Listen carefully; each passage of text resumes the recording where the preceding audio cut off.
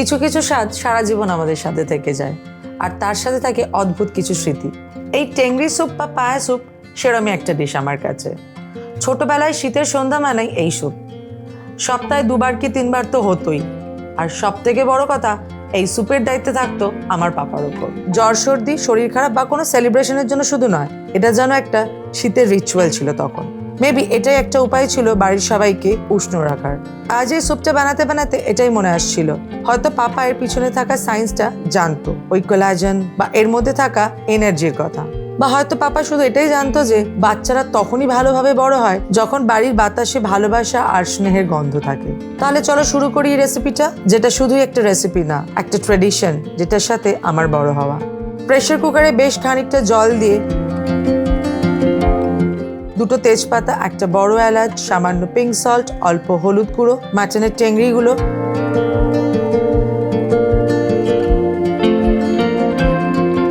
সাথে একটু বড় করে কাটা পেঁপে আর গাজরগুলো দিয়ে সিদ্ধ করে নিলাম।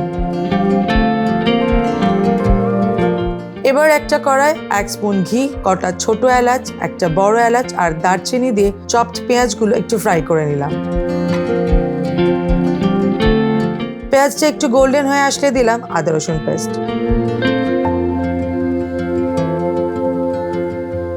অন্যদিকে 1 বাটি টক দই নিয়ে সেটায় নুন, হলুদ গুঁড়ো, লঙ্কা গুঁড়ো আর গরম মশলা দিয়ে মিক্স করে নিলাম ভালো করে।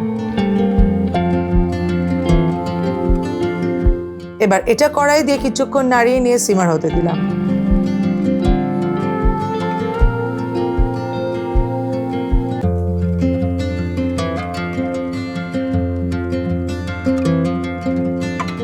দেন প্রেসার কুকার থেকে টেংরি আর পেঁপে গাজর সিদ্ধগুলো তুলে নিয়ে এই কড়াই দিয়ে বাকি স্টকটাও ঢেলে দিলাম।